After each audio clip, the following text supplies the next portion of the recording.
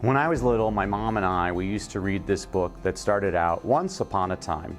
Fairly straightforward, except I didn't see the O, because the O was in a big black box and it was printed in gold and it had leaves around it.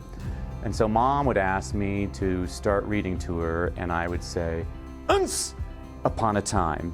My mom would stop me and say, no, Danny, that word says once. Say once. I'm like, once. She's like, again. Once upon a time. And my mom would say, no, Danny, that word says once. Say once twice. I'm like, once. She's like, again. Once upon a time. She's like, you never learn anything. They're going to put you in special ed. She always got me crying before I went to bed. Well, one day, a buddy came to my house to play. And for some reason, I took out this book. I guess I wanted to impress him with my reading skills. And I looked at the book and I said, Once upon a time. He looked at me and he said, hey, nincompoop, you see that weird shape in the black box with the leaves all over it? That's an O, silly. That word says once. I looked at the book and I said, once upon a time.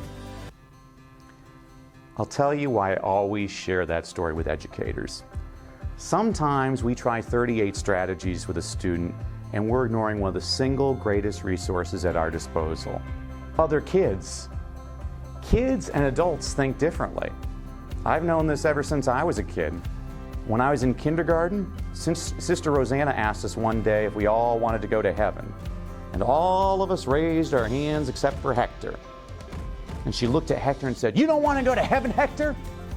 And Hector looked up and said, oh, I thought you were talking about today. He's right. He's just looking at her question from a totally different point of view. Everybody sees the world differently.